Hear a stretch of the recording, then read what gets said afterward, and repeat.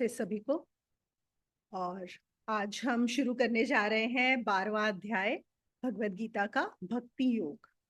और क्योंकि काफी सारे लोग अब नए जुड़े भी हैं और कुछ चीजें रिवाइज करनी पुरानी अच्छी होती हैं, तो हम फिर से काफी लोगों के लिए रिपीटिशन है। ये समझ लें पहली बात कि हम भगवत गीता पढ़ ही क्यों रहे हैं, हमारा पर्पस क्या है भगवत गीता पढ़ने का, सुनने का, समझने का। क्या हम बस कोई पुण्य कर्म कर रहे हैं कि हमने भगवत गीता को सुन लिया तो हमारा पुण्य कर्म का बैलेंस बढ़ जाएगा, या फिर बस हमारा धर्म हो जाएगा या अध्यात्म हो जाएगा? नहीं, वो मतलब नहीं होता जो ज्यादातर लोग संसार में समझते हैं।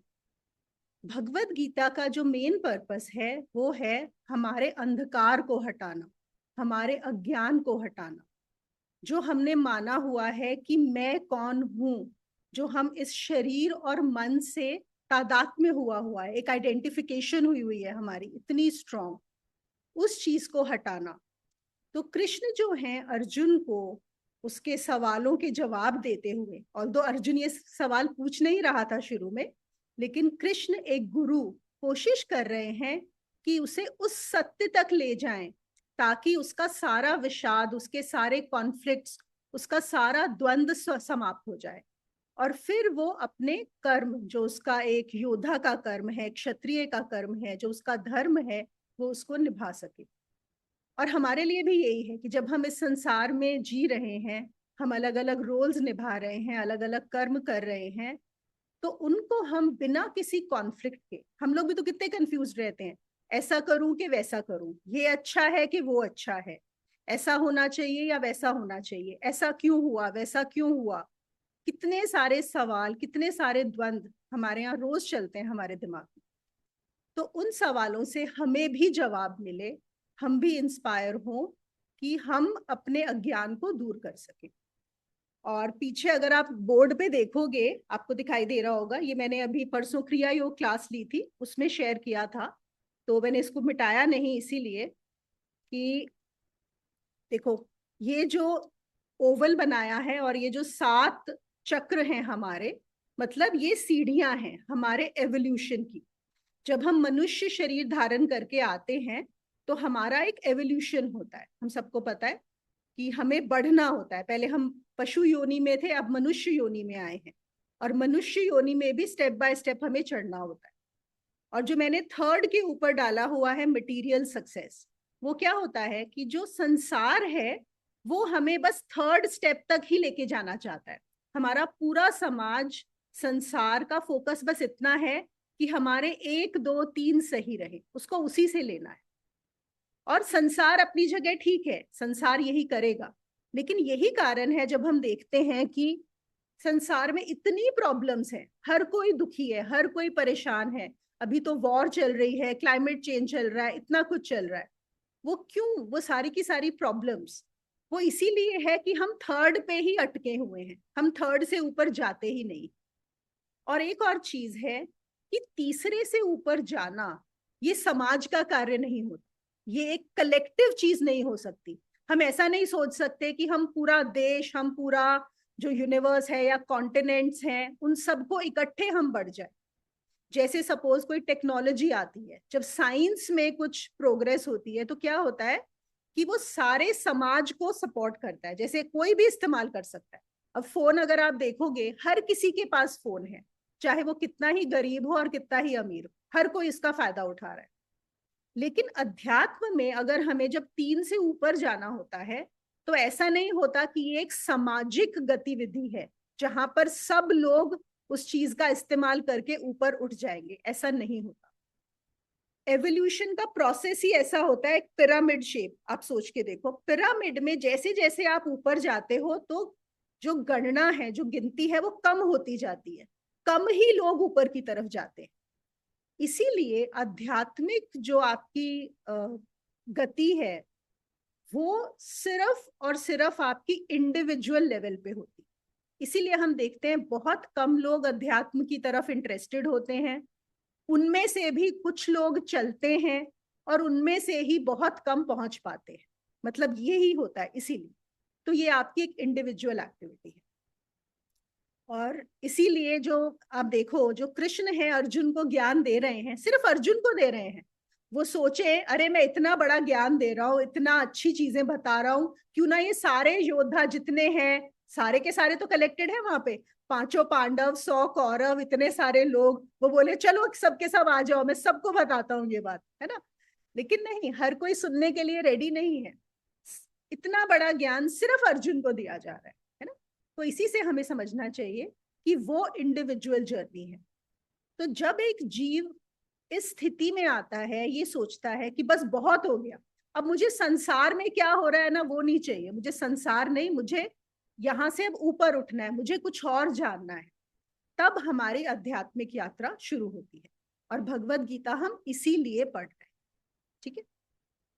तो ये बहुत ब्रीफ में है, और जिन लोगों ने भगवत गीता का और इसको डिटेल में जानना चाहो तो हमारे ही उसी पे चैनल पे जो फर्स्ट एक है बहुत डिटेल में है कि आपको भगवत गीता क्यों पढ़नी है, तो वो आप देख के चेक कर सकते हो। नहीं तो अगर किसी ना मिले तो हम लोग लिंक शेयर भी कर देंगे उसका। तो फिर अब हम शुरू करते हैं इसके साथ आज का अध्याय जो है भक्ति योग, 12वां अध्याय। बहुत ही सुंदर अध्याय है। और देखा जाए तो हमारा जो 11वां अध्याय था विश्व रूप दर्शन योग, वो भी एक तरह से भक्ति के बारे में ही था, पर ये तो पूरी तरह से है ही भक्ति योग। और बहुत सुंदर कृष्ण ने चीजें यहाँ पर बताई हैं। और जैसे जैसे हम आगे बढ़ेंगे इस अध्याय में, हमें बहुत अच्छी चीजें सुनने को मिलेंगी, जानने को मिलेंगी, जिनको हम अपने जीवन में उतार भी सकते हैं। क्योंकि हमें ये भी तो होता है ना, हम कोई भी चीज सुनते पढ़ते हैं कि कैसे अब मैं इसे अपने जीवन में उतारूं, मुझे इससे क्या बेनिफिट मिलेगा, मैं कैसे इसका इस्तेमाल कर सकता हूँ, तो वो हमें मिलेगा, ठीक है। तो चलिए शुरू करते हैं। आज हम कोशिश करेंगे 8 श्लोक लेने की, बहुत ज्यादा लंबे नहीं है। तो पहले 4 लेती हूँ और पहले पढ़ देती हूँ। तो पहले श्लोक में जो अर्जुन है वो कृष्ण को बोलते हैं कि हे कृष्ण, जो भक्त निरंतर युक्त होकर आपकी उपासना करते हैं और आपके साकार रूप को भजते हैं, और जो आपके अक्षर अव्यक्त की उपासना करते हैं, इनमें से आपको बेहतर कौन जानता है, ठीक है। तो आप देखो अर्जुन का जो सवाल है वो यही है कि एक है जो आपके साकार रूप की प्रार्थना करते हैं और दूसरे जो हैं वो आपके निराकार रूप की प्रार्थना करते हैं, तो इनमें से बेहतर कौन है। तो हम करेंगे इस पे चर्चा। फिर कृष्ण का उत्तर जो दूसरे श्लोक में वो देते हैं, वो कहते हैं, जो मुझ में मन लगाकर एकाग्र मन से नित्य युक्त होकर परम श्रद्धा से मुझे भजते हैं, वो सबसे श्रेष्ठ योगी है। तो एक तरह से कृष्ण यहाँ पर क्या जवाब दे रहे हैं कि जो साकार रूप को भजते हैं वो सबसे श्रेष्ठ है। ये दूसरे श्लोक में है। लेकिन इसके साथ साथ ही वो फिर तीसरे और चौथे श्लोक में क्या बोलते हैं, लेकिन जो अक्षर अनिर्देश्य अव्यक्त सर्वव्यापी अचिंत्य कूटस्थ अचल ध्रुव, ये जो सारे शब्द है ना, ये निराकार के समानवाची शब्द है और कुछ नहीं है। मैं फिर से बताती हूँ, अक्षर अनिर्देश्य अव्यक्त सर्वव्यापी अचिंत्य कूटस्थ अचल ध्रुव की जो उपासना करते हैं, मतलब जो निराकार की उपासना करते हैं। कैसे करते हैं, सब इंद्रियों को संयमित करके सर्वत्र संबुद्धि रखते हुए और सब भूतों के हित में लगे रहकर वे भी मुझे ही प्राप्त होते हैं। तो आप देखो, जो अर्जुन का सवाल है कि इनमें से कौन बेटर है, और वो कह रहे हैं, पहले उन्होंने बोला जो साकार रूप को करते हैं, और फिर बोला कि जो निराकार को करते हैं वो भी मुझे ही प्राप्त होते हैं। अब बात शुरू करते हैं वापस से अर्जुन के प्रश्न की। देखो, अर्जुन ने इतना सब जान लिया है, मतलब विश्व रूप दर्शन तक उसको हो गया है, लेकिन सवाल फिर भी वही का वही है, क्या कि इनमें से बेटर कौन है, साकार के निराकार। बात जो है ना बार बार घूम फिर के ये आ जाती है। और जब वो पूछ रहा है बेटर कौन है, तो एक चीज तो हम ये समझ सकते हैं कि वो इतना तो जान गया है कि दोनों ही मार्गों से कृष्ण को पाया जा सकता है ना।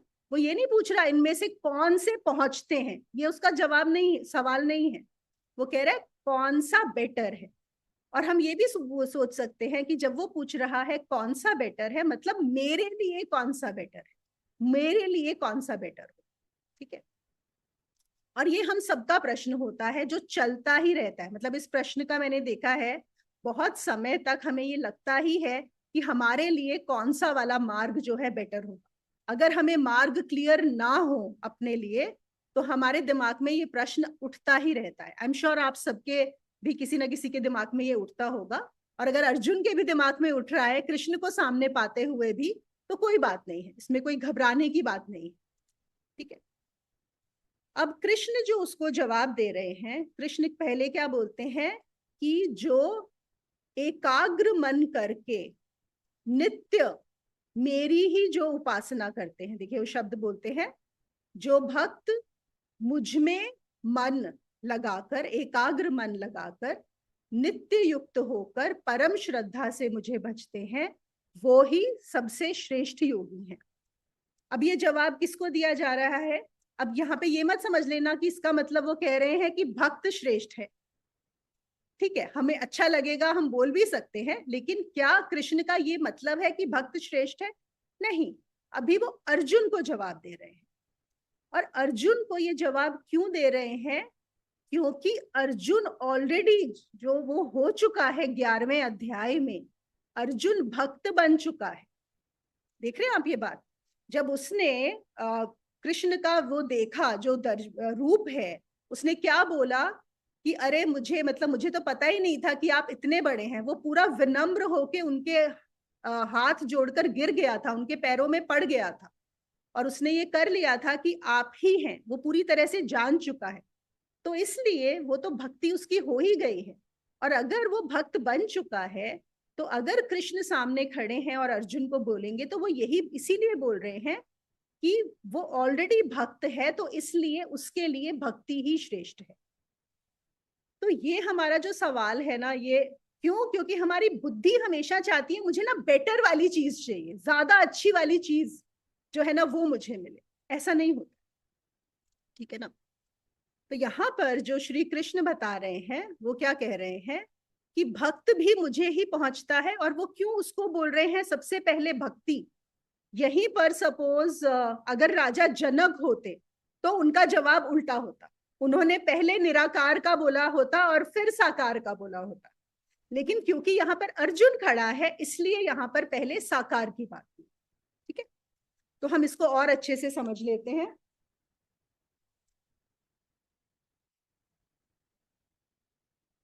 हम एक चीज समझते हैं, एक कॉन्सेप्ट को। देखो,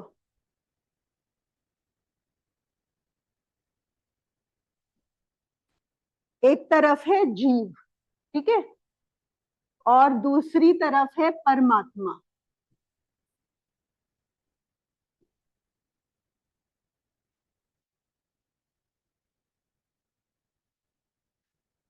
इसको हम सत्य भी बोल सकते हैं, सुपर कॉन्शियसनेस भी बोल सकते हैं।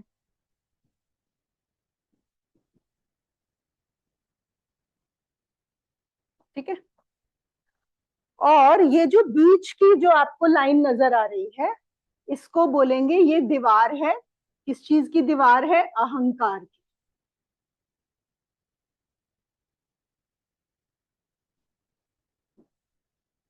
मैं।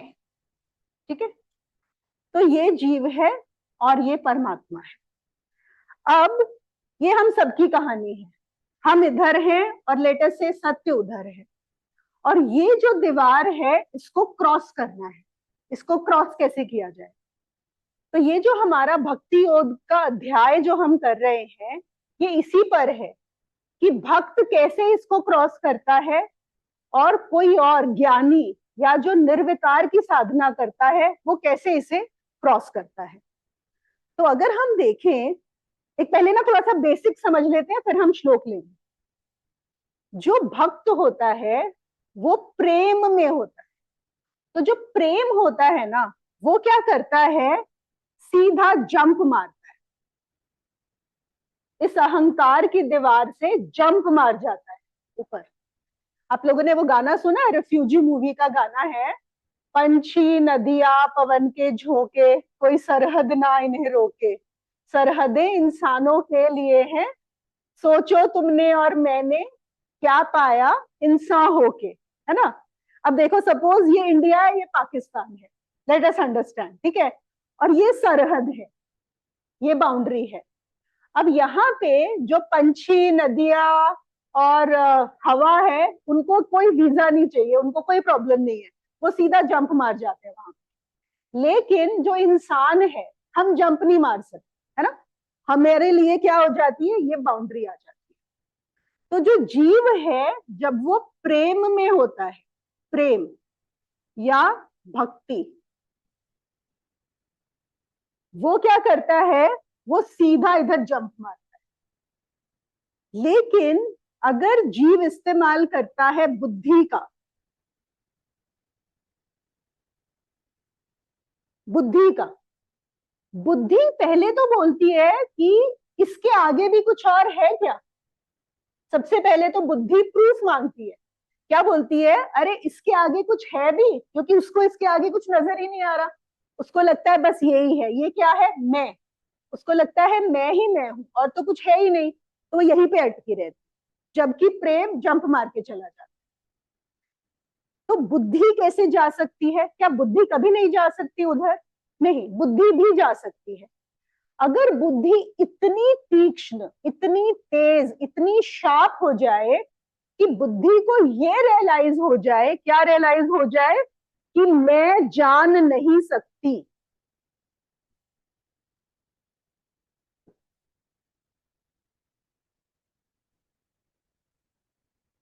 अगर इस बुद्धि का इस्तेमाल होता जाए, होता जाए, होता जाए, तो वो किस पॉइंट पे आएगी, वो इस पॉइंट पे आएगी कि मैं जान ही नहीं सकती, it is impossible for me to know, क्योंकि बुद्धि में ये क्षमता है, बुद्धि इस पे क्रॉस नहीं कर सकती, वो बुद्धि में क्षमता नहीं है, इसको क्रॉस करने की क्षमता है ही नहीं। लेकिन ये जानने की क्षमता है कि मैं जान नहीं सकती या मैं क्रॉस नहीं कर सकती, ठीक है। जब तक, जब बुद्धि इस पॉइंट पे आ जाती है, तब क्या होता है, तब ये बाउंड्री मिट जाती है, ये वाली बाउंड्री, और तब ये एक हो जाता है, तब रियलाइज होता है उस परमात्मा का सत्य।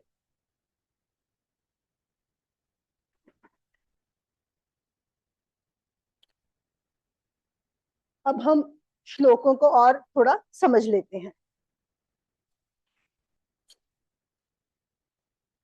देखो, हम क्योंकि भक्ति योग कर रहे हैं, जो भक्ति योग है ना, असल में देखा जाए, पिछली बार भी हमने जो सेशन किया था, एक लास्ट सेशन, वो यही था कि उसके बारे में असल में कुछ कहा नहीं जा सकता, वहां पर कुछ चर्चा करने को है ही नहीं। आप कैसे उस चीज के बारे में चर्चा कर सकते हो जो बुद्धि का काम ही नहीं है। ये सारा अनुभव की बात है, ये सारी हृदय की बात है, यहाँ पर कहने को कुछ भी नहीं है। लेकिन फिर भी हम इंसान हैं, और हम इंसानों ने हर चीज पे चर्चा बनाई हुई है ना। हम लव के ऊपर भी इतने सारी वो करते हैं, डिस्कशंस करते हैं, जबकि सबको पता है कि जो प्रेम होता है, लव होता है, वो डिस्कशन करने का कोई मुद्दा है ही नहीं, वो सिर्फ अनुभव करने का मुद्दा है। तो क्या होता है, और क्योंकि हमारी आजकल की एजुकेशन, हमारी पूरी कंडीशनिंग, स्पेशली हमारी जनरेशन और आगे जो जनरेशन आ रही है, हमें बुद्धि के ऊपर ज्यादा फोकस करने को कहा जाता है। देखो ना, हमारे लिए सबसे बड़ी चीज क्या होती है, इंटेलेक्ट ही होती है ना, सबसे इंपॉर्टेंट। कि हम चाहते हैं हमारा बच्चा, और कुछ हो या ना हो, इंटेलिजेंट जरूर, हम चाहते हैं कि इंटेलिजेंट। और इंसानों में मतलब इंटेलिजेंस जो है वो हाईएस्ट फैकल्टी है, तो हम उसका वो काम करते हैं। तो एक ये संसार है जिसको बुद्धि से समझा जाता है, जिसको तर्क से समझा जाता है, जिसका गणित है, जिसके लिए विचार है, जिसके लिए सोच है, समझ है। लेकिन इसी संसार का एक और रूप है जहां पर बुद्धि फेल हो जाती, बुद्धि उस संसार के रूप को देख ही नहीं सकती। बुद्धि जब उसको देखने जाती है तो गिर जाती है, और बुद्धि कहती है वो तो है ही नहीं, क्योंकि मुझे नजर नहीं आ रहा, तो इट डज नॉट एग्जिस्ट, है ना। और वहां शुरू होती है भक्ति, जहां पे बुद्धि समाप्त होती है ना, वहीं पर भक्ति, और वहां पर सिर्फ हृदय प्रवेश कर सकता है। वहां पे सिर्फ आपका भाव, आपका अनुभव, सिर्फ वो ही जा सकता है, बुद्धि का काम ही नहीं है वहां। और ऐसा भी बोलते हैं कि अगर जो भक्त है, जो प्रेमी है, वो जो है वो किसको, उसको मूढ़ भी बोला जाएगा, मूर्ख बोला जाएगा, अंधा बोला जाएगा। लेकिन वहां पर अंधा होना ही आंख वाला होना है, वहां पर मूर्ख होना ही बुद्धिमान होना है। होता है ना, जैसे कुछ लोग बोलते हैं, अरे ये तो पागल हुए पड़े हैं, उस भगवान के पीछे क्या मिलने वाला है इनको, बेवकूफ है, अकल नहीं है। या फिर ये तो उस गुरु के पीछे पागल हो गए हैं, अकल नहीं है। अकल नहीं है क्या, कि बुद्धि का इस्तेमाल नहीं कर। आप देखो, जैसे कोई लड़का लड़की होते हैं, उनको ही प्रेम हो जाता है एक दूसरे से, तो बोलते हैं कि नहीं पेरेंट्स, अरे बुद्धि तो लगाओ, वो तुम्हारे लायक है भी कि नहीं, बुद्धि तो लगाओ, है ना। लेकिन वो बुद्धि की बात है ही नहीं, वो तो हृदय की बात है। जैसे कहते हैं लैला मजनू में, कहते हैं लैला जो थी बिल्कुल सुंदर नहीं थी। मतलब ऐसा, हमको किसी को तो पता नहीं है, सिर्फ कहानियों में सुना है कि बहुत काली कलूटी, और बिल्कुल भी, मतलब चलो काला कलूटा एक, मतलब बिल्कुल जो अ, संसार के जो नियम है जिसके हिसाब से हम किसी को सुंदर बोलते हैं, कहते वो बिल्कुल सुंदर नहीं। लेकिन मजनू के लिए उससे सुंदर कोई और था ही नहीं, सबसे सुंदर लैला ही थी। तो वहां पर बुद्धि का काम थोड़ी होता था। कहते उसको ये भी बोला गया था कि तुझे इससे कहीं सुंदर हम स्त्री दिलवा देंगे, तू लैला को छोड़ दे। तो उसने बोला नहीं, मेरे लिए तो लैला ही सब कुछ है, वही ईश्वर है। तो फिर से, हृदय जो भक्ति कर सकती है, बुद्धि नहीं कर सकती। ठीक है ना। और बुद्धि को स्वयं से परेशान होना पड़ता है, बुद्धि को अपना ही इस्तेमाल करके खुद से ही परेशान होके ये बोलना पड़ता है कि अब मुझसे कुछ नहीं होगा। और जो भक्त है वो इमिडिएटली कूद मार के चला जाता है वहां। तो इसलिए जब कृष्ण कह रहे हैं, अगर हम अपने श्लोकों में जाएं, तो वो क्या कह रहे हैं। पहले वो कहते हैं कि जो मुझ में एकाग्र मन से नित्य युक्त होकर परम श्रद्धा से जो मुझे भजता है, जो मेरा भक्त है, वो मुझे सबसे श्रेष्ठ है। अब देखो, यहाँ पर उन्होंने तीन चीजों का इस्तेमाल किया है। तीन, हमें एक तरह से आप ये बोल सकते हो, ये दी है रिस्पॉन्सिबिलिटीज कि क्या है, क्या होगा कि तुम जो है मेरे भक्त कहलाओगे, या तीन क्वालिफिकेशंस कि यही करने से तुम मेरे भक्त। तो हम इनको समझेंगे। पहला उन्होंने क्या बोला, मध्यावेश्य मन है, मतलब मुझ में मन लगाकर, और एकाग्र मन, एकाग्र चित्त, ये पहली चीज है। एक चित्त जो है और मन जो है सिर्फ मुझ में, वन पॉइंटेडनेस होनी चाहिए। ये आपकी क्वालिफिकेशन है, तभी तुम मेरे लिए भक्त हो। दूसरी चीज, नित्य युक्ता, मतलब निरंतर जुड़े हुए। यहाँ पर निरंतर शब्द पे बहुत ज्यादा जोर है, कि पूरा समय बिना किसी गैप के, कंटिन्यूअसली। कुछ भी ऐसा नहीं होना चाहिए कि अभी तुम मेरे लिए जान रहे हो और अभी मेरे लिए नहीं जान रहे हो, ऐसा कुछ नहीं, निरंतर। और फिर परम श्रद्धा, सिर्फ श्रद्धा भी नहीं, परम श्रद्धा। तो हम इन तीनों शब्दों को समझ लेते हैं। फिर से मैं बोर्ड पे लिख देती हूँ और इजी हो जाएगा।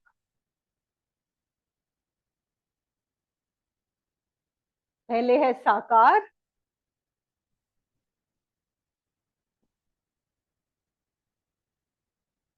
निराकार। साकार में क्या है, एकाग्र मन। आप लोग को यहां से भी मेरी आवाज आ रही है ना? ठीक है। दूसरा है निरंतर ध्यान।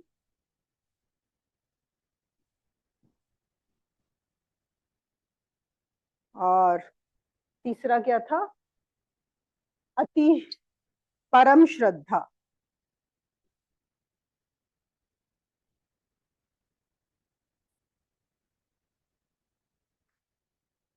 तो हमें साकार के लिए ये तीन चीजें बताई गई हैं, कि जो ये तीन करके मुझे साकार रूप में भजता है, वो मुझे अति श्रेष्ठ योगी है मेरे लिए।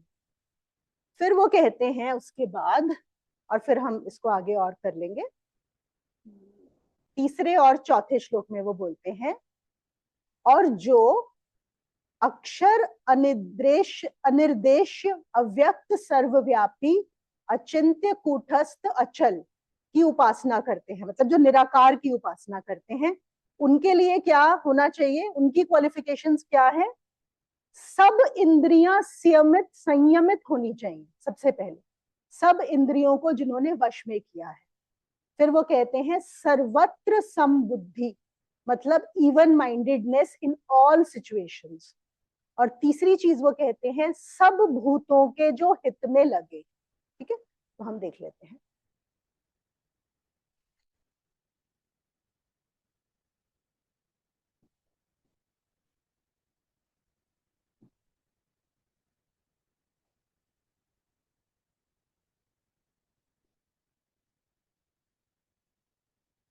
पहले है सब इंद्रियां संयमित, all sense organs are in the control. दूसरी चीज है समबुद्धि,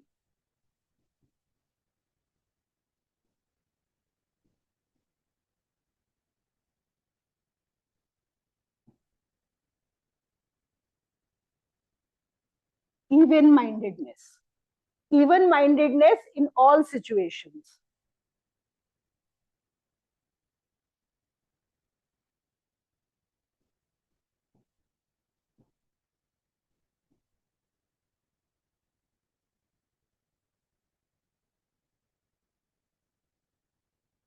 और तीसरा है सब भूतों के हित में जो कार्य करते हैं।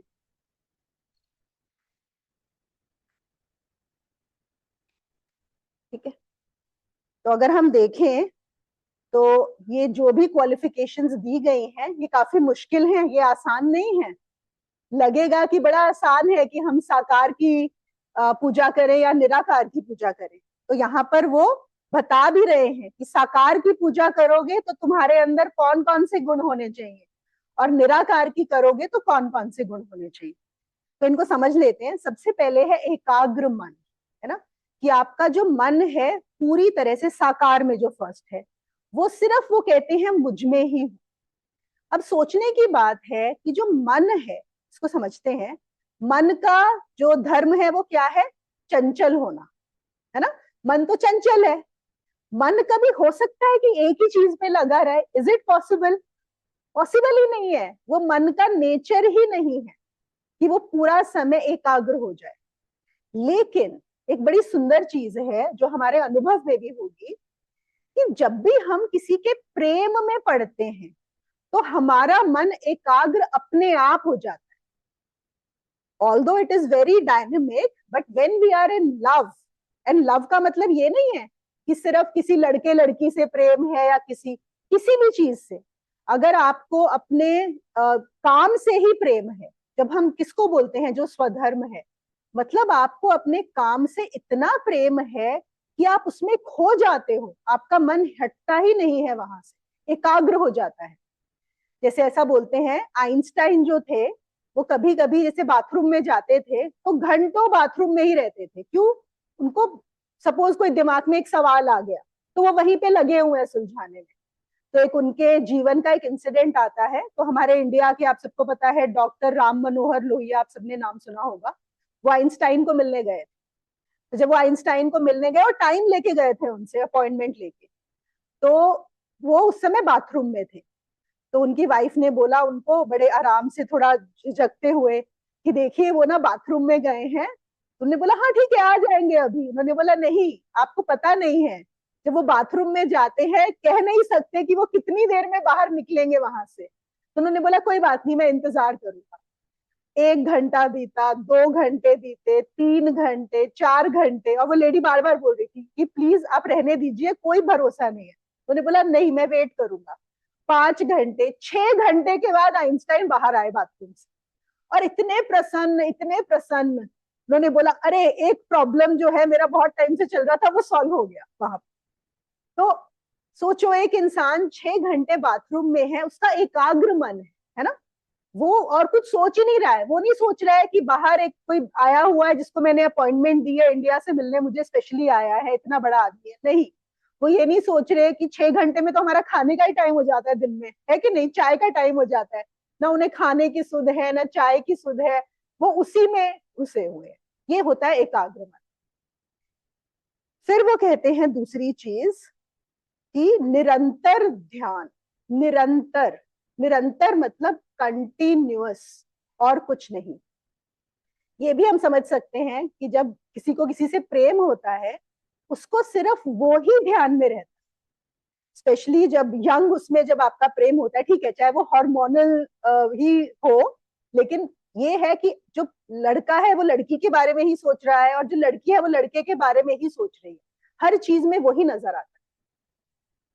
एक बार ना एक कवि थे, उन कवि को, उन्होंने बहुत सारी चांद के ऊपर कविताएं लिखी थी। आप सबको पता है कवियों का एक फेवरेट सब्जेक्ट होता है चांद, है ना, चांद से रिलेटेड। और वो कहते हैं कि मुझे हर चीज में चांद नजर आता, हर चीज में हमेशा। मतलब वो जब खाना खाने बैठते थे, तो वो जो चपाती आती थी, तो वो चपाती में भी उनको चांद ही नजर आता। और एक बार ऐसा हुआ, उन्होंने अपनी कहानी में लिखा था कि एक बार ऐसा हुआ, वो अपने दोस्तों के साथ शिकार करने जंगल गए। तो जब जंगल गए तो बाय चांस रास्ता भूल गए, और उनको 2 दिन तक खाने को नहीं मिला, भूखे थे सब। तो उन्होंने लिखा कि पहली बार ऐसा हुआ मेरी लाइफ में कि जब मैंने चांद देखा तो मुझे रोटी नजर आई। कि जहां पे चांद तो खिला हुआ था क्योंकि भूख लग रही थी, इस समय चांद में रोटी नजर आई। नहीं तो मुझे हमेशा चांद ही, हर चीज में मैं चांद ही ढूंढता था, हर उसमें चांद। ये होता है एकाग्र मन। जब हमें किसी चीज से प्रेम हो जाता है, चाहे वो इंसान हो, चाहे वो कोई हमारा काम हो, चाहे, और कृष्ण क्या बोल रहे हैं, बस जो एकाग्र मन से मुझे भजता है, मेरे लिए, है ना।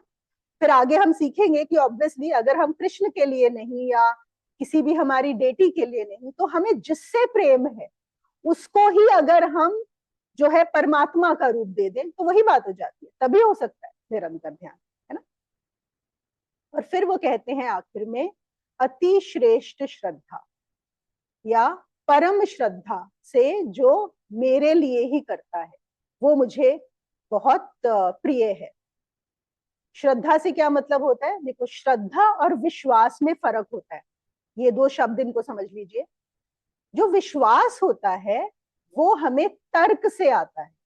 सपोज किसी ने हमें कुछ बताया, अगर आप लोगों को ध्यान हो, हमने जो पिछला वाला सेशन किया था लॉजिक वाला, उसमें था कि एक लेडी थी जो श्रद्धा की वजह से करती थी उपवास, और एक जो थे उन्होंने जाना कि साइंस ने प्रूव किया है कि फास्टिंग करना अच्छा, इसलिए कर रहे थे, है ना। तो प्रूफ मिलने पे जो मिला वो क्या हुआ, विश्वास। लेकिन जब ये आ गया कि एनफ प्रूफ नहीं है, ये गलत भी हो सकता है, तो विश्वास टूट जाता है। समझ रहे हैं। विश्वास आया लॉजिक के बेस पे, तर्क के बेस पे, वो समाप्त भी हो सकता है। लेकिन जब अनुभव से आता है, जब आपके हृदय से आता है, वो श्रद्धा होती है। वहां पर आप उसके अगेंस्ट कितने ही लॉजिक दे दो, उससे कुछ फर्क नहीं पड़ता, क्योंकि वो अनुभव से आता बात जो है। ठीक है। तो ये हमें 3 गुण याद रखने हैं अगर हमें साकार की पूजा करनी है, किसी की भी। कृष्ण का मतलब यहाँ पर कृष्ण की ही फॉर्म से नहीं है, ये परमात्मा की बात हो रही है। क्या क्या है, एकाग्र मन, निरंतर ध्यान और परम श्रद्धा। अब हम चलते हैं दूसरे वाले पे, निराकार पे। निराकार की जो हमारी क्वालिफिकेशंस हैं, सबसे पहले है इंद्रियों को वश में करके। पांचों इंद्रियां जिसकी वश में हो पूरी तरह से। और आप सोच सकते हो कितना मुश्किल काम है पांचों इंद्रियों को वश में करना इस शरीर में रहते हुए, है ना। It is almost an impossible task. हम सिर्फ इसमें हमेशा एक कंटिन्यूअस प्रोग्रेस में हो सकते हैं कि हाँ, हम जो है देखते रहें और हमारी जो है इंद्रियां, लेकिन पूरी तरह वश में नहीं होती। तभी हम एक शब्द इस्तेमाल करते थे ना किसी किसी के लिए, जितेंद्रिय। जितेंद्र, उसका क्या मतलब होता था, कि जिसने अपनी सब इंद्रियों को जीत लिया, वो है जितेंद्र। और ये मनुष्य जीवन का मतलब, बहुत रेयर लोग हैं जो ये कर सकते हैं। दूसरी चीज उन्होंने बोला समबुद्धि, इवन माइंडेडनेस। हर सिचुएशन में, हर परिस्थिति में और हर प्राणी के साथ जिसका एक ही भाव है, एक ही भाव। और वो कौन सा भाव होगा, ऑब्वियसली जो अगर निराकार को पूज रहा है तो वो खुद को भी निराकार देखेगा और सामने वाले को भी निराकार ही देखेगा। वो उसके आकार में, उसके बिहेवियर में, व्यवहार में जाएगा ही नहीं। ठीक है। और फिर तीसरा उन्होंने बोला, जो सबके प्राणियों के हित में हमेशा कार्य करता।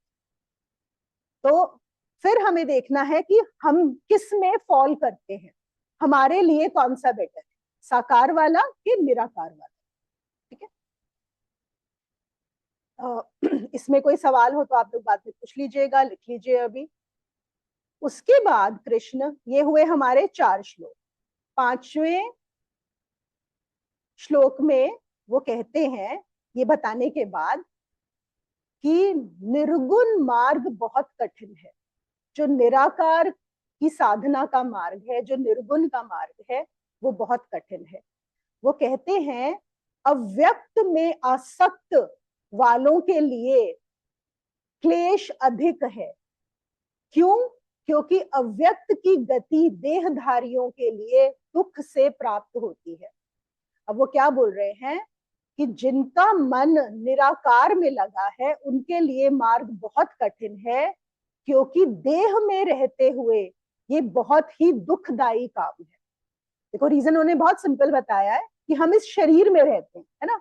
हमारा जो अनुभव है, इवन जो जान भी गए हैं कि मैं ये शरीर नहीं हूं, लेकिन अनुभव क्या हो रहा है? अनुभव तो इसी शरीर का है ना, अनुभव तो इसी मन का है।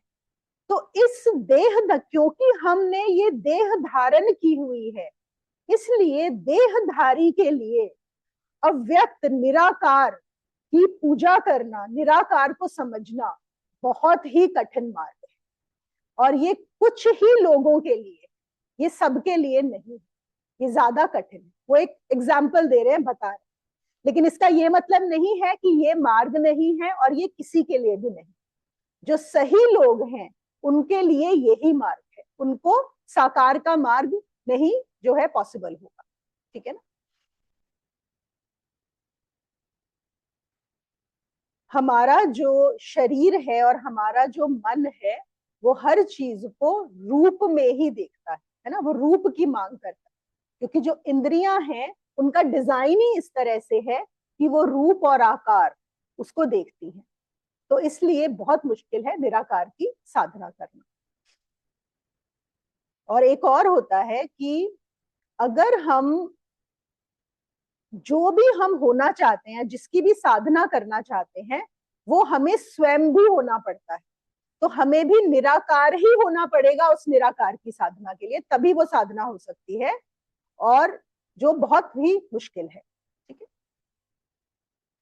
फिर 6ठे और 7वें श्लोक में श्री कृष्ण कहते हैं, जो सब कर्मों को मुझ में अर्पित करके मुझे ही परम मानकर अनन्य योग से मेरा ध्यान करते हुए मुझे भजते हैं, जिनका चित्त मुझ में ही आविष्ट है, उनको मैं शीघ्र ही मृत्यु संसार सागर से उद्धार करता बन जाता हूं। देखो, अब वो कह रहे हैं कि चलो, अगर जिनके लिए ये मुश्किल भी होगा तो हमें क्या करना है। अगर आपके लिए निराकार भी आपको बहुत मुश्किल लग रहा है और आपको साकार भी मुश्किल लग रहा है, अभी कृष्ण हमें एक और नीची वाली सीढ़ी पे लेके आ रहे हैं। वो कह रहे हैं, तुम ये सारे जो मैंने गुण बताए हैं, अगर तुम पाओगे कि तुम कुछ भी फॉलो नहीं कर सकते इसमें से, तो तुम्हें क्या करना है। तुम्हें सारे अपने कर्म मुझ पर ही अर्पण कर, मतलब surrender all your actions to me, just whatever that you do, know that you are doing it for, बस उसको सब कुछ मेरे ऊपर ही अर्पण कर दो। इतना तो तुम कर ही सकते हो, और मुझे ही सर्वोच्च मानो, मुझे ही सबसे बड़ा मानो। अगर तुम ये मान सकते हो, और अनन्य भाव से, अनन्य भाव मतलब मेरे अलावा और कुछ नहीं, मैं यहाँ पे फिर से क्या है, वो सत्य, उस सत्य के लिए जो आपकी आकांक्षा है, उस सत्य को पाने के लिए, उस परमात्मा को पाने के लिए जो आपकी इच्छा है, बस वो आपका लक्ष्य हमेशा रहना चाहिए, सिर्फ मेरे लिए। अगर तुम ऐसा करते हो तो ये जो हमारा 7वां श्लोक है भक्ति योग का, इसको भी एक बहुत इंपॉर्टेंट श्लोकों में माना जाता है, क्योंकि यहाँ पर वो एक शब्द का इस्तेमाल करते हैं कृष्ण, और शब्द है समुद्धर था। समुद्र था। जो पूरा श्लोक है इसका अगर आप पढ़ेंगे तो वो है, तेषामहम समुद्र था मृत्यु संसार सागरात। मतलब तब मैं, अगर कोई ऐसा करता है तो मैं इसको मृत्यु रूपी संसार से ऐसे उठा लेता हूं जैसे कि एक किसी चीज को लिफ्ट किया जाता है। मतलब मैं वहां पे कुछ नहीं, बस तुम ये करो और मैं तुमको लिफ्ट कर लेता हूँ, अपलिफ्ट कर लेता हूँ। वो जो शब्द है ना, समुद्र था, मतलब मैं तुमको ऐसे उठा लेता हूँ उसके ऊपर से, उस संसार में से। मैं स्वयं ही इस जन्म मरण के सागर से तुम्हें पार कर देता हूँ, उससे उठा ही देता हूँ मैं तुम्हें। तो कहते हैं जैसे सपोज एक बिल्ली है, बिल्ली का बच्चा होता है, तो बिल्ली को देखा ना कैसे उठाती है माँ, अपना सीधा मुंह में ही उठा लेती है, उसको ले चलती है उठा के, बिल्कुल ऐसे करती है। एक और हमारे शास्त्रों में कहानी आती है, आप लोगों ने सुनी होगी, गजेंद्र की, कि एक हाथी थे जिनका पैर एक मगरमच्छ ने पकड़ लिया था तालाब में, और कई वर्षों तक वो चलती रही लड़ाई, वो अपना पैर छुड़ाने की कोशिश करते रहे और नहीं छुड़ा पाए। और फिर उन्होंने क्या किया, वहीं पर तालाब में एक कमल का फूल खिला हुआ था, तो उसने अपनी सूंड से वो कमल का फूल निकालकर और ऐसे ऑफर किया विष्णु की तरफ कि प्रभु मुझे बचाइए। और कहते हैं उसी समय, मतलब कहानी ऐसी है कि विष्णु जी ने चप्पल भी नहीं पहनी, कि वो जैसे थे बिल्कुल वैसे ही एकदम इमिडिएटली नीचे आए और उस जो हाथी है उसको उससे उन्होंने निकाल। तो बिल्कुल ऐसे ही जब हम किसी विपत्ति में पड़े हैं, परेशानी में हैं या कैसे भी हैं, अगर हम भी उनको ऐसे ही याद करते हैं और हमारा पूरा उनकी तरफ अनन्य भाग है, तो फिर वो हमें उसी तरह से निकाल लेते हैं, अपलिफ्ट करते हैं। और जो हमारा 8वां श्लोक है आज के लिए, जो हम आखिरी श्लोक लेंगे, फिर वो कहते हैं, जो मुझ में ही मन को स्थापित करते हैं और मुझ में ही बुद्धि को भी लगाते हैं। अब वो यहाँ पर कह रहे हैं कि मन और बुद्धि दोनों मुझ में ही स्थापित कर दो। ऐसा नहीं कि सिर्फ मन लगाओ या बुद्धि लगाओ। पहले क्या बात हो रही थी, जो मेरे साकार रूप को या निराकार रूप को, इसकी बात हो रही थी। अब वो कह रहे हैं कि मन को भी लगा और बुद्धि को भी लगा, और अगर तू ऐसा करता है तो तू मुझ में ही निवास करेगा, इस बात में जरा सा भी संदेह मत करना। मन और बुद्धि मुझ में ही लगाने के लिए। देखो, जब मन और बुद्धि लगाते हैं तो पहले आती है बात मन की, फिर आती है बुद्धि की। क्योंकि जो मन है, अब यहाँ पर मन का जो हमारा अभिप्राय है वो है हृदय से, कि जो हृदय को मुझ में पहले लगाता है, उसके लिए बुद्धि को लगाना बहुत आसान हो जाता है। क्योंकि जो हमारी बुद्धि है ना, वो हृदय को फॉलो करती है। यही चीज हम लोगों ने लास्ट वाले सेशन में भी किया था, कि हम जिस भी चीज में हमारा प्रेम होता है, जैसे अगर हमारा जहाँ पे बिलीफ होती है, या जो भी हमारी कंडीशनिंग के हिसाब से भी हम बोल सकते हैं, जैसे कि अगर मेरा साइंस में बिलीफ है तो क्या होगा, मेरी बुद्धि साइंस के पीछे जाएगी। पहले मेरा मन उस साइंस को स्वीकार कर रहा है, फिर मेरी बुद्धि हर चीज साइंटिफिक वे में चाह रही है। बिल्कुल ऐसे ही जब हम किसी के प्रेम में आ जाते हैं, तो बुद्धि अपने आप उस मन को, उस प्रेम को फॉलो करने लग जाती है। और जब मन और बुद्धि दोनों ही कृष्ण में लग जाएं, दोनों ही क्लियर हो जाएं कि यही है, यही सत्य है, इसके अलावा जो भी जाना था वो झूठ था, वो बेकार था, उसका सिर्फ कोई मर्म था नहीं, तब क्या होगा, तब तुम मुझ में ही निवास करने लगो। वो कह रहे हैं मुझ में ही निवास करोगे। एक कबीर का दोहा आप लोगों ने सुना होगा, वो कहते हैं उसमें, हरी लागे पाछे फिरे कहत कबीर कबीर, है ना, कि पहले एक जमाना था कि जब मैं प्रभु के पीछे भागता था, कि प्रभु प्रभु करता हुआ, और अब एक समय आ गया है कि प्रभु मेरे पीछे कबीर कबीर करते हुए भागते हैं। मैं जहां जाता हूं वो आ जाते हैं पीछे पीछे। इसका क्या मतलब है, ये यही वाले श्लोक से कनेक्ट किया गया है, कि इस श्लोक में जब वो बोल रहे हैं कि जब हम अपने मन और बुद्धि दोनों को उस परमात्मा में लगाते हैं, तो फिर वो परमात्मा हमारे अंदर प्रवेश कर जाता है। फिर हम नहीं रहते, हमारी जगह समाप्त हो जाती, वो परमात्मा आ जाता है। और परमात्मा आ जाएगा तो फिर वो ही हमारे पीछे भागेगा। ये बात तो है ही, उसी में हम निवास करेंगे। और मन बुद्धि का फिर से हमने जो पिछले सेशन में किया था, जो हमने लॉजिक की बात की थी, कि हमारा मन वैसे ही लॉजिक भी देने लगता है जो हमारे, नहीं, हमारी बुद्धि वो लॉजिक देने लगती है जो हमारे मन से अलाइंड होता है।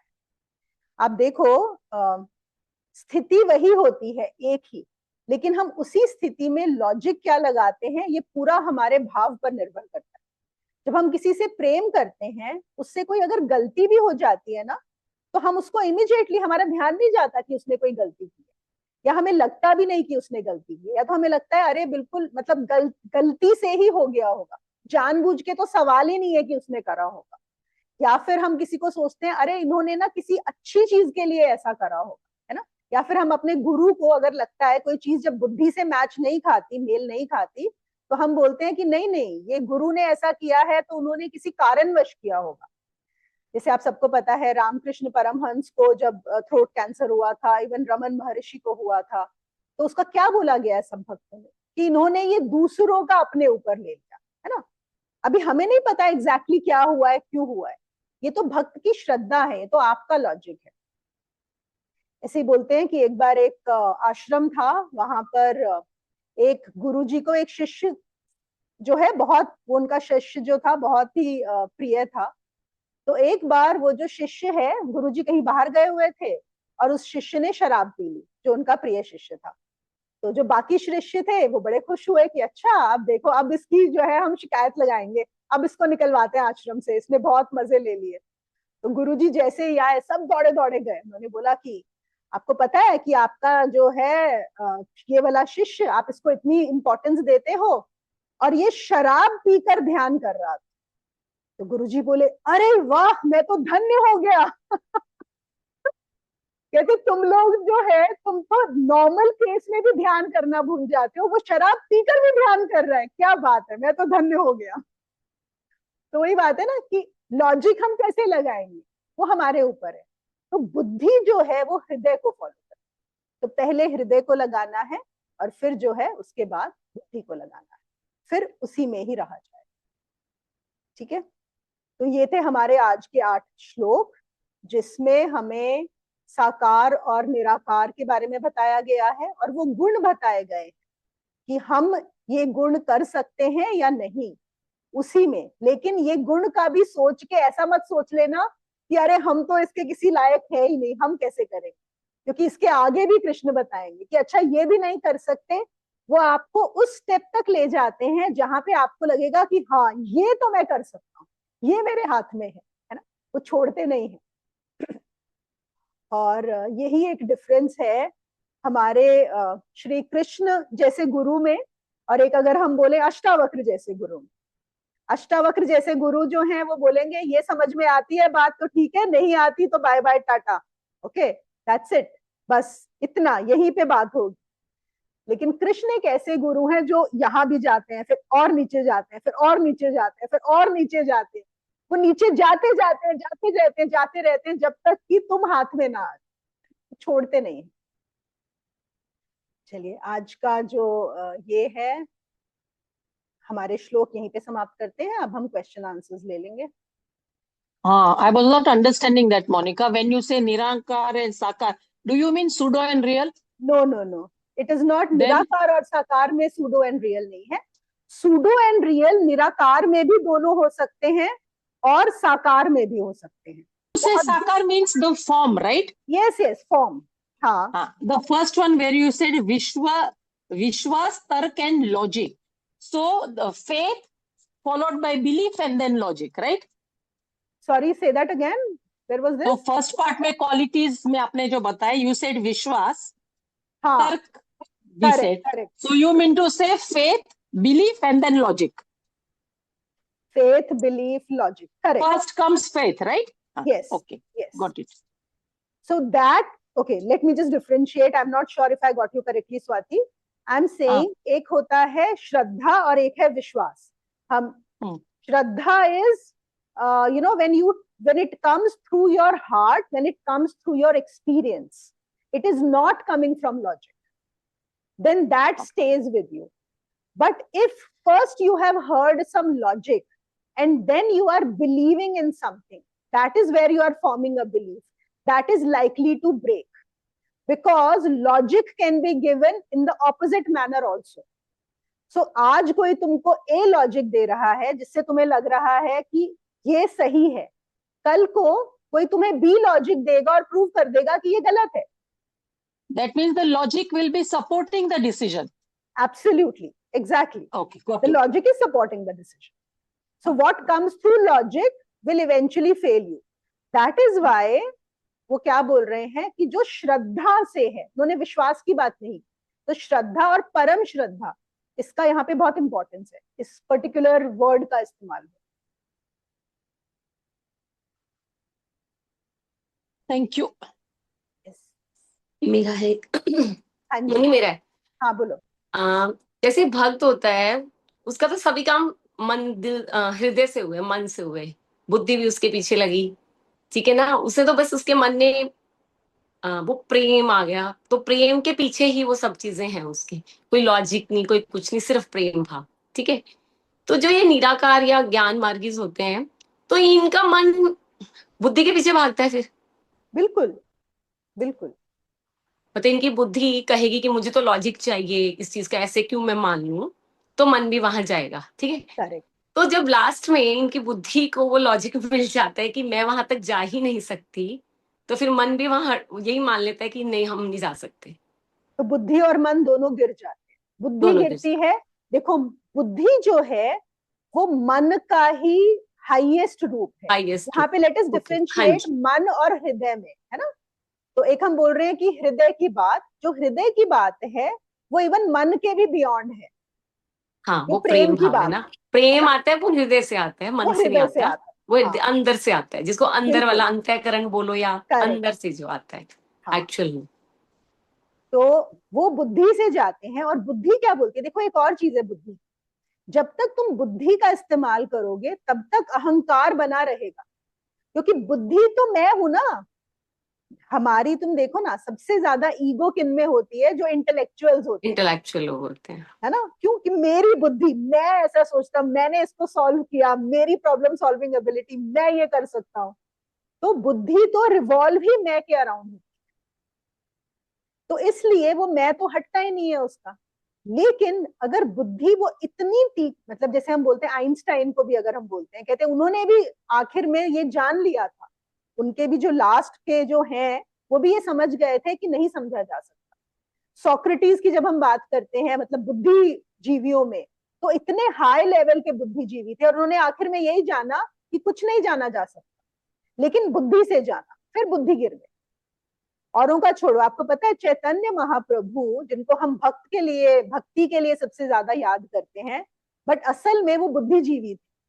चैतन्य महाप्रभु इतने शार्प थे और उनकी बुद्धि और उनके तर्क कि वहां पे बंगाल में उस तरफ सब लोग उनसे डरते थे कि ये आएंगे तो ये तो पक्का हरा देंगे. लेकिन क्या होता है, देखो जो तर्क वाले होते हैं ना, बुद्धिजीवी जो होते हैं, जिस दिन उनका बुद्धि गिरती है ना, फिर वो ऐसे भक्त बनते हैं कि नॉर्मल भक्त भी उनका मुकाबला नहीं कर सकते. वो फिर बिल्कुल ही उनको जो समझ में आता है. तो यही होता है वो डिफरेंशिएशन. वो ये ना, भक्त तो डायरेक्ट मतलब उसके प्रेम भाव होता है, उसके अंदर दूसरी चीजें होती नहीं. ये हर चीज को पार करके उसको पाते हैं. तो इतना बुद्धि और मन का यूज करके कि फिर जगह ही नहीं रहती उसकी. जब वो गिरती है तो खत्म, वही गिर जाती है, खत्म, गड्ढे में ही जाती है फिर वो बुद्धि, गड्ढे में जाती है. हाँ. Okay Monica ji, in this logical thinking, where does practicality come then? यहाँ पे प्रैक्टिकलिटी किस चीज के लिए चाहिए? So you mean to say in this logic thinking there is no practical at all?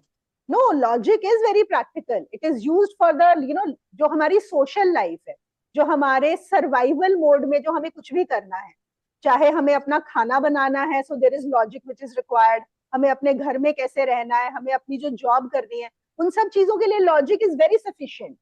वो हमारा लॉजिक काम करता है वहां पे. यहाँ पे बात उसके पार की हो रही है ना. इसलिए बात हो रही है कि जब उसके पार जाना हो, वहां लॉजिक नहीं लेके जा सकते, वहां बुद्धि नहीं लेके जा सकते.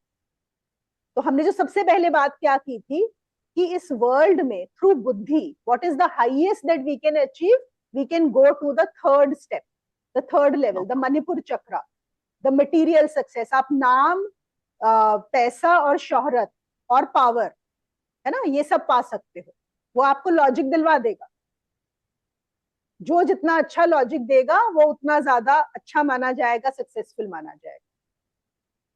पर यहाँ पे आध्यात्मिक लोगों से पूछो कि क्या वो जो सफलता है, क्या वो जो वर्ल्डली सक्सेस है, वो सक्सेस है असल में, है ना? तो बात वहीं पे आ जाती Monika, even I have a question. है। यस। जैसे अभी रीना ने बात की, तो जो कहते हैं ठीक है भक्ति में हृदय खुला होना चाहिए, बट मुझे ऐसा लगता है हृदय खुलने के साथ साथ थोड़ा ज्ञान भी जरूरी है, नहीं तो फिर उसके उस पार नहीं जा सकते। क्योंकि वही बात है, हृदय तक तब तक ये रहता नहीं हमारा भाव है, हम बहुत है, फिर वो पूजा पाठ में या फिर कहीं ना कहीं बंध जाते हैं। पर उस बंधन को तोड़ने के लिए शायद वो ज्ञान का भी बहुत उपयोग जरूरी हो जाता है, जैसे कि अभी हम लोग कर ही रहे हैं, तो बिना उस ज्ञान के भी हम नहीं जा सकते उस पर। बिल्कुल बिल्कुल, I agree with you. In fact हम बोलते हैं सिर्फ बुद्धि और ज्ञान नहीं, आपको सारे मार्ग जो भी हैं, चाहे बुद्धि है, ज्ञान है, योग है, कर्म है, तंत्र है, इन सब का इंटीग्रेशन होना बहुत जरूरी है। उससे आप पूरी तरह से क्लियर हो जाते, क्योंकि बुद्धि में भी कहीं नहीं, सॉरी, सिर्फ अगर भक्ति में हो और आपको ज्ञान मिला नहीं है, ऐसे तो अगर आपकी भक्ति अगर 100% होगी ना, तो ज्ञान अपने आप ही आ जाए। जैसे रमन महर्षि को किसी ने पूछा था कि बुद्धि ज्यादा अच्छी है कि भक्ति, जबकि रमन महर्षि तो पूरी तरह से वेदांती हैं, ज्ञान वाले हैं। और ये आप लोगों ने सुना होगा, बड़ी फेमस लाइन है कि जो भक्ति है वो ज्ञान की जननी, वो रमन महर्षि का बोला हुआ है। तो हाँ, अगर बुद्धि भी होगी तो भक्त की भी वो जो भक्ति है और गहराई, तो उसको ये भी मतलब बाहर से भी, वैसे तो उसको जरूरत नहीं है, पर ये डेफिनेटली हेल्प करता है। तो सब चीजें, इवन योग का जो एक्सपीरियंस है। भक्ति हो जाए, सॉरी, बिल्कुल से दैट ही, अगेन। मैं तो या तो भक्ति वो बिल्कुल मीरा जैसी हो जाए, जहाँ पे कुछ और नजर ही ना आए। बिल्कुल पर बिल्कुल जब तक इस देह में बंधे हुए है, देह रूपी उसमें है, तब तक तुम्हें कहीं ना कहीं इससे छुटकारा पाने के लिए, तुम्हें मतलब थोड़ा सा इससे अलग हटने के लिए वो समझना भी पड़ेगा। बिल्कुल बिल्कुल बिल्कुल। और मीरा और मीरा जैसे तो बहुत कम मिलेंगे। मीरा, चैतन्य महाप्रभु, हनुमान, ये तो हम आइडियल्स हैं हमारे, है ना, जिनको हम लेते हैं। हम इंसानों में वो भक्ति बहुत रेयर, मुश्किल ही मिलेगी।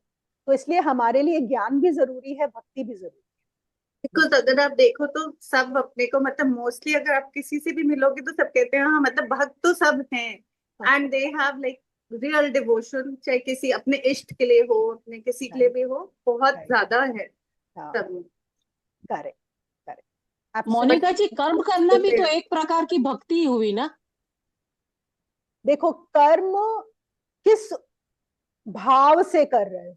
जैसे जब हम कर्म योगी बोलते हैं किसी को, बहुत सारे लोग हैं जो कहते हैं हम कर्म योगी हैं, हम पैसा कमा रहे हैं, हम अपने बच्चों का पालन पोषण कर रहे हैं, हम समाज के लिए कुछ कुछ कार्य कर रहे हैं।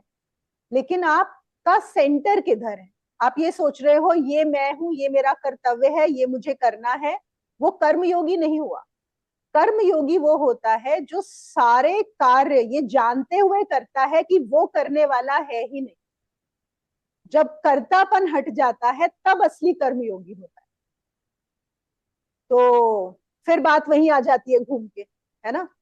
तो अगर कोई सोचे कि मैं बस ये सब, देखो मैं अच्छे कार्य कर रहा हूँ, जो अपने आप को कर्मयोगी बोलते हैं, और बड़ा कॉमन चीज है, बहुत ज्यादातर आपको लोग ये मिलेंगे या भक्ति के या बोलेंगे हम तो कर्मयोगी, लेकिन वो कर्मयोगी को इसी से एसोसिएट करते कि हम अपनी जिंदगी के सारे काम बहुत अच्छे, और वहां पे बहुत अहंकार है कर्मयोगियों में। मैं अपनी फैमिली का इतने अच्छे से करता हूँ, मैंने इतने हॉस्पिटल बनवाए, या इतने मंदिरों में दान दिया, या मैंने इतने पंखे लगवाए, है ना, मैंने इतने कंबल दान किए। कर्मयोगी का तो अहंकार है, तो बात समाप्त हो गई ना। फिर आप योगी नहीं हो। देखो, योगी जब भी हम इस्तेमाल करेंगे, मतलब जो एक हो गया है तभी। और जो एक हो गया है उसको पता है कि वो करने वाला, वो मतलब ये जो फॉर्म होता है, ये इंडिविजुअल जो होता है, ये नहीं कुछ कर सकता, इसके हाथ में कुछ नहीं है करना। जब उसको ये क्लियर हो जाता है, फिर वो जो कर्म करता है वही कर्मयोगी है।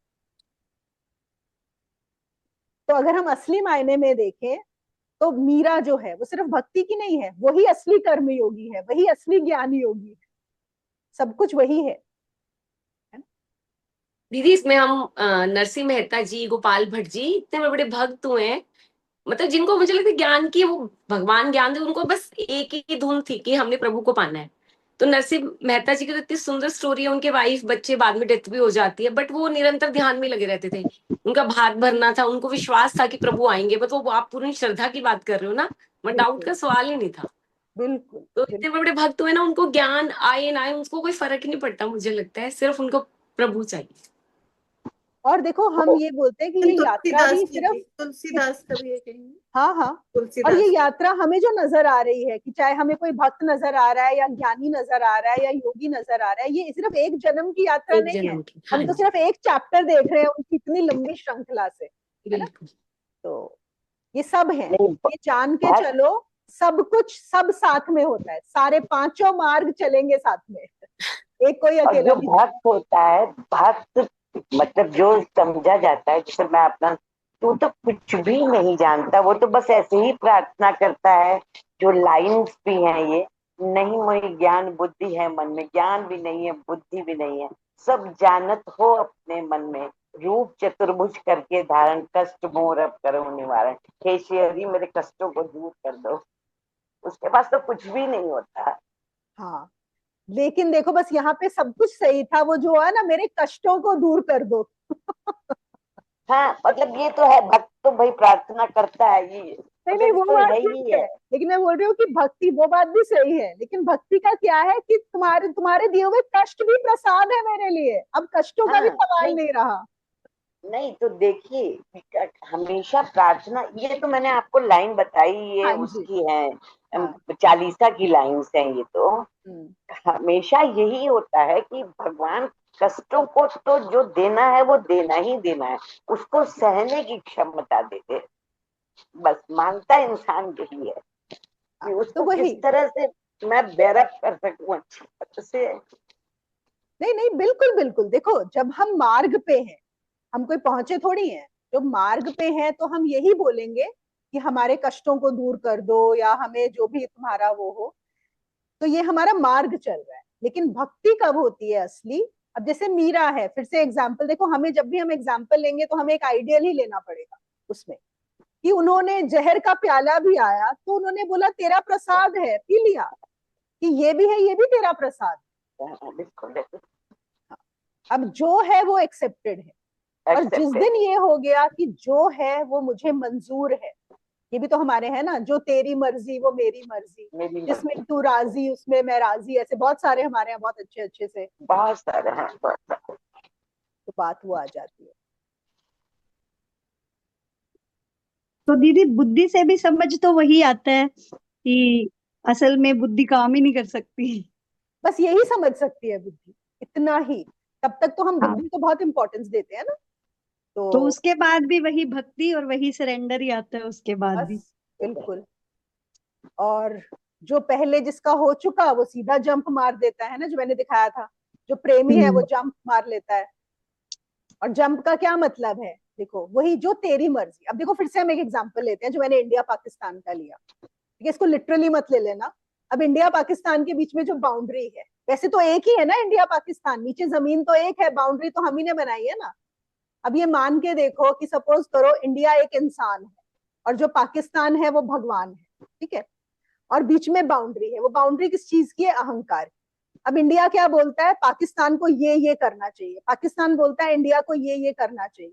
अब यहाँ पे इंडिया बोले जो पाकिस्तान की मर्जी, मेरी तरफ से सब खत्म, बाउंड्री उसी समय खत्म हो जाएगी। पाकिस्तान राजी है और पाकिस्तान बोले इंडिया जो करे मैं राजी उसमें, तो बाउंड्री खत्म। बिल्कुल। है कि बुद्धि से नहीं? भी समझ में तो यही आता है। जब तक प्रणाम दी। ये है, हाँ प्रणाम, जब तक ये है कि मेरी ये बाउंड्री है ना, मैं, तब तक प्रॉब्लम है, बाउंड्री खत्म होते ही सब खत्म। हाँ जी इसमें प्रज्ञा। एक चीज और है दी कि जैसे अभी एक ये भी रियलाइजेशन हुआ कि जो बुद्धि है ये पूरे संपूर्णता का एक भाग है, पूरे अस्तित्व का, साकार निराकार सबका सिर्फ एक भाग है। तो एक भाग कभी भी संपूर्णता को पूरी तरह नहीं समझ सकता। तो वही है कि बुद्धि जो है उसका एक छोटा सा पार्ट है, पार्ट जो है उस कंप्लीटनेस को, होलनेस को कैसे समझेगा। तो यहाँ भी सरेंडर अपने आप आ जाता है। बिल्कुल बिल्कुल, वो नहीं समझ सकता। बुद्धि तो है ही भाग प्रकृति का। और भक्ति का क्या मतलब है? भक्ति का मतलब है कि सब कुछ अब समर्पण कर दिया, छोड़ दिया, ड्रॉप एवरीथिंग, प्रेम में ही डूब गया हूँ। बस छोड़ दिया, खत्म। और बुद्धि क्या है? बुद्धि अपने आप को बनाए रखती है बस तब तक। जब समझ जाती है तो हम क्या, देखो पूर्ण को कैसे जानेंगे? अब मैं अपना हाथ देख रही हूँ, मैं अपने इस हाथ को भी एक साथ पूरा नहीं देख सकती, है ना? एक या तो ये नजर आता है या ये नजर आता है। अगर मैं एक छोटा सा कंकड़ भी उठाऊंगी हाथ में, वो भी मैं एक बार में पूरा नहीं देख सकती। ये संपूर्णता की तो बात ही छोड़ दो, कैसे पॉसिबल?